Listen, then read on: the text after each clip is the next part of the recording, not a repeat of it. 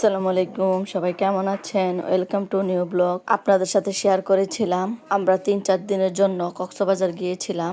কক্সবাজার পৌঁছে আমরা প্রথমে কোথায় গিয়েছিলাম সবই আপনাদের সাথে এই ভিডিওতে শেয়ার করব।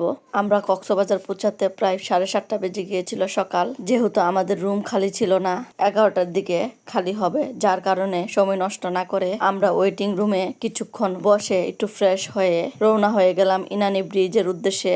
যেহেতু ইনানি ব্রিজে যেতে সময় লাগবে, বিকেলে অনেক ভিড় থাকবে, যার কারণে আমার হাজবেন্ড বলছিল এখন যাওয়াটাই সবচেয়ে বেস্ট হবে। রাস্তার মধ্যে তেমন জ্যামও থাকবে না। আমরা সবাই অনেক ক্লান্ত ছিলাম, এমনিতে সারা রাত আমরা জার্নি করে এসে পৌঁছেছিলাম। এরই মধ্যে আমাদের ফ্ল্যাটও খালি হয়নি। যেহেতু কক্সবাজার আমরা ঘোরাফেরা করতে এসেছি, যার কারণে আমরা হাজারো ক্লান্তি নিয়েই ইনানি ব্রিজে চলে যাচ্ছি। মাশাআল্লাহ, আমার ছোট মেয়ে আমাকে একটু বিরক্ত করেনি। পুরাটা রাত সে ঘুমিয়ে কাটিয়েছিল। আমার ছোট মেয়ে একটু ক্লান্ত হয়নি। একদিকে ইনানি ব্রিজে যাচ্ছিলাম আর রাস্তার দুই পাশের পরিবেশটা উপভোগ করছিলাম। রাস্তার দুই পাশের পরিবেশটা এত সুন্দর লাগছিল। দূর থেকে সাগরের পানি দেখা যাচ্ছিল, উপরের আকাশটা নীল ছিল, মনে হচ্ছিল পানিগুলো নীল হয়ে আছে। যেহেতু আমরা সারা রাত জার্নি করে এসেছিলাম, সবারই মোটামুটি ক্ষুধা ছিল। আমার হাজবেন্ড বলছিল ওইখানে নাকি রেস্টুরেন্ট আছে, ওইখানে আমরা সবাই মিলে নাস্তা করব। এমনিতে আমার ছোট মেয়ে রাতে কিছু খায়নি, যার কারণে তাকেও কিছু খাওয়াতে হবে। আমার কাছে কক্সবাজারের ব্রিজের মধ্যে ইনানি ব্রিজ সবচেয়ে বেস্ট মনে হয়েছে। আমি মনে করেছিলাম আরেকবার ওইখানে যাব, কিন্তু ওইখানে গেলে সময় লাগে, আবার রাস্তাতে অনেক জ্যাম থাকে, যার কারণে ওইখানে আর যাওয়া হয়নি। সারা রাত জার্নি করে এত ক্লান্ত ছিলাম, ভালো করে ওইখানে সময়ও দিতে পারিনি, ছবিও তুলতে পারিনি, ভিডিও করতে পারিনি, যার কারণে মনটা অনেক খারাপ হয়ে গিয়েছিল। উঁচু উঁচু করা নৌকা ছিল, নৌকার মধ্যে ইচ্ছে ছিল ছবি তোলার, কিন্তু ক্লান্তির কারণে ওইখানে আর ছবি তোলা হয়নি। যেহেতু ওইখানে রাস্তার কাজ চলছিল, কিছু সময়ের জন্য নাকি রাস্তা চলাচল করা বন্ধ করে দেয়, ভিতরে নাকি গাড়ি ঢুকতে দেওয়া হয় না, যার কারণে ওখানে আর যাওয়া হয়নি। ইনানি ব্রিজে যাওয়ার পথে এখানে ছোট একটা ব্রিজ ছিল, এই ব্রিজ পার হয়ে আমরা ইনানি বিচে যাচ্ছিলাম। ওইখানে যাওয়ার পথে অনেক সুন্দর সুন্দর জায়গা আছে ছবি তোলার, ভিডিও করার। এই ইনানি বিচ সবচেয়ে নিরিবিলি বিচ। অন্য অন্য বিচে অনেক মানুষ থাকে, ছবিও তেমন তোলা যায় না মানুষের ভিড়ের কারণে। এই ইনানি বিচে অনেক সুন্দর একটা রিসোর্ট আছে, যেটা অনেক সুন্দর করে ডেকোরেশন করে রেখেছিল। আমরা সবাই মিলে এসে পৌঁছে গেছি ইনানি বিচের সামনে।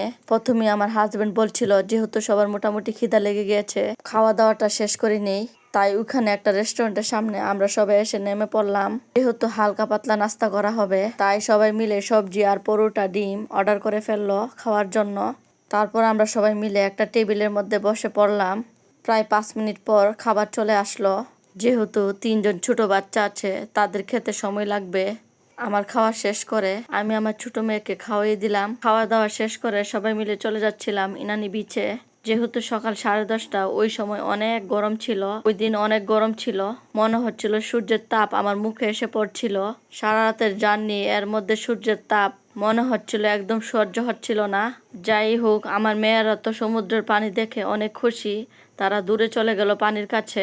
একদিকে বই হচ্ছিল তারা পানি ঢেউয়ের কাছে চলে যায় কিনা। আমি বারবার বলছিলাম ভিতরে যেও না, সামনে থাকো। তারা শামুক টুকাচ্ছিল আর 3 বোন মিলে অনেক এনজয় করছিল, ভালোই লাগছিল, কিন্তু অনেক রৌদ্র ছিল ওই দিন।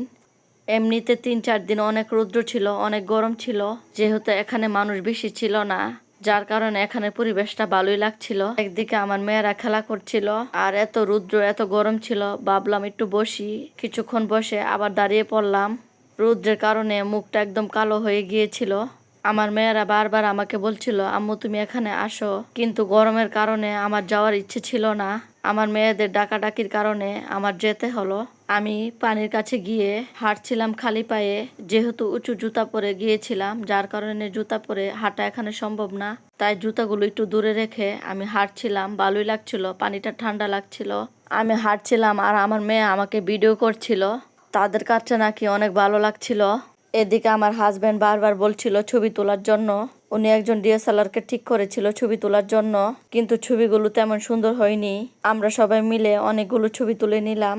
সমুদ্রের পানির ঢেউ আমার পায়ে এসে লাগছিল, আমার অনেক ভালো লাগছিল, ঠান্ডা লাগছিল, আরাম লাগছিল। আমরা সবার কাপড়ে মোটামুটি ভিজে গিয়েছিল, যেহেতু পরের দিন আমরা সবাই গোসল করব সমুদ্রের পানিতে, যার কারণে আমার মেয়েদেরকে বলছিলাম তোমরা এখন ভিজো না, সমুদ্রের পানির মধ্যে অনেক বালু থাকে। সবার কাপড় মোটামুটি বালু বালু হয়ে গিয়েছিল।